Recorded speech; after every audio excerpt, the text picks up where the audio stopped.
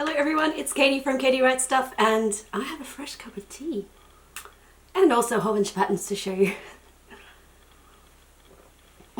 Give me a sec.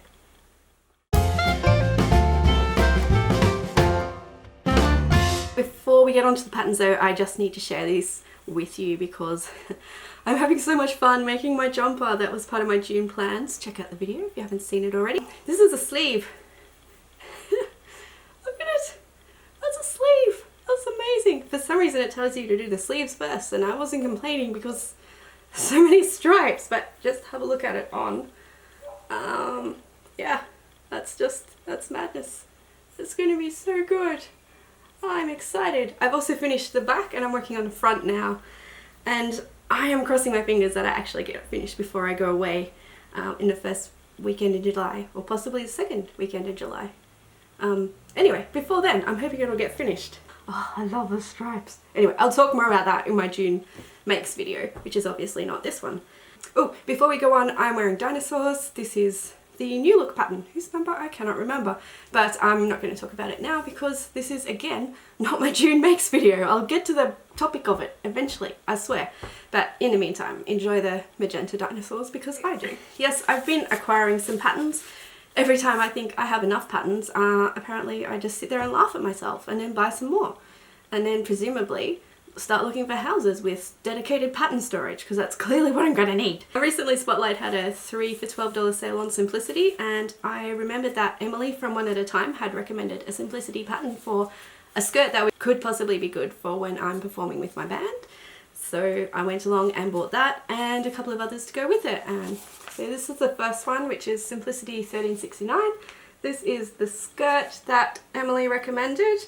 It has pockets, which my current performing skirt does not, and that would be awesome. Obviously I can't fit my flute in there to carry it around, but some other things will go in there. And the other one, it has two.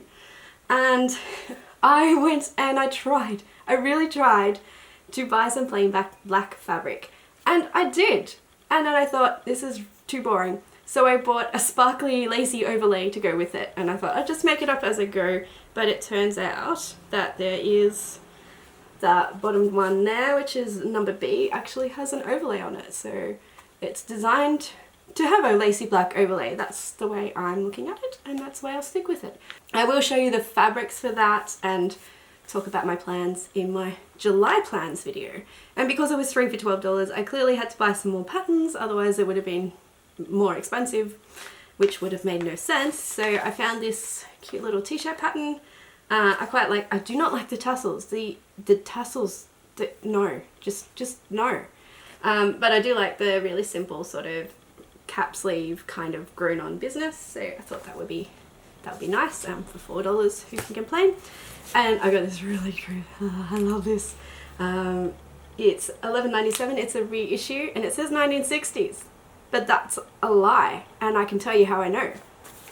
Because I have a copy of the original, and it says 1970 on the back. Simplicity has lied to us. But that being said, it is still a very 60s sort of style. But, they're very cute. This I got in the amazing stash of fabrics? Yeah. In the amazing stash of old patterns that you might have seen on my Instagram a while back, and I swear I will show you the stash of those patterns sometime soon because they're amazing. My central heating's just come on, so if you can hear a roaring noise, I haven't suddenly moved to the ocean. I'm just keeping warm because it's quite chilly. Have a look at the difference in thickness. Clearly all the pieces aren't here, but I didn't care because I just liked it for the illustrations. And now I have the actual original for $4, so can't complain. 3 for $12, thank you Spotlight. Now the other ones I bought second hand. The first one I got at an, excuse me, clearly need tea. Ooh, there's a giant black and white dog outside. Very cute. Not going to show you because that would be weird. Pretty sure everyone here already thinks we're weird enough without me filming people walking their dogs. So there's my cat, who obviously needs to be part of the video. what the heck was I talking about? Oh yeah, this button, let's go on with that. A friend at work told me about a new antique market that she's seen recently, and she suggested I should check it out, and I thought, well, clearly. I didn't buy many things there, to be honest. It was more sort of like vintagey, old style homewares kind of shop, and I'm more into the stuff I can make things from. But I did find this very, very beautiful old butter egg pattern in my size. Oh, it's so cute. I want to make this middle one. It's got a little bow detail, which hopefully you can see in the close-up photo.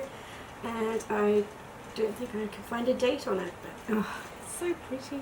Very nice. And the next two I got at a little second-hand shop in a town called Chiltern, which is always open on Sundays, which is very nice. So when I was visiting my parents, we went to Chiltern and went to the op shop because why not? And I was going through the patterns, and the first one I saw that caught my eye was this Vogue 8640, and I quite like the high-waisted skirt and the, I don't even know what that thing is that she's wearing.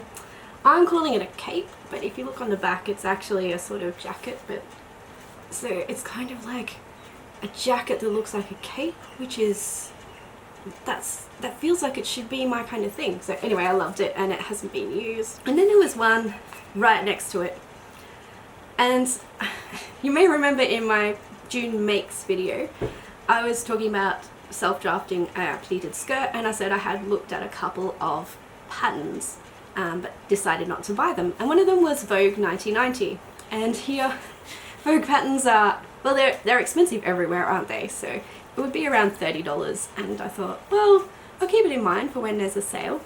And there it was in the op shop. I didn't immediately twig. I thought, oh, that looks familiar. Why does that look familiar? Hang on, it's Vogue 1990. That's one of the pleated skirt patterns I was going to try. So I'm still tossing up whether I make something up with my twirl or just use this, and I'll probably, to be honest, just try this because it's a pleated skirt with a shaped waistband and pockets, and that's exactly what I want. And this one has been used, but the lady who used it originally cut the largest size, so there's no problem with cutting out my size, which is closer towards the bottom there. I bought a couple of things, and the lady wanted to charge me $2, and I insisted on giving her $5 because it wasn't enough in my opinion. So these probably ended up costing me maybe $1 each. $1 for pretty much brand new Vogue patterns.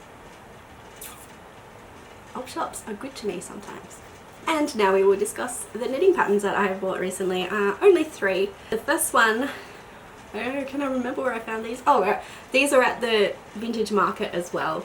This beautiful Sunglow, which if you've been watching for a while, you know Sunglow is my favourite. This book, I pretty much only like the front pattern.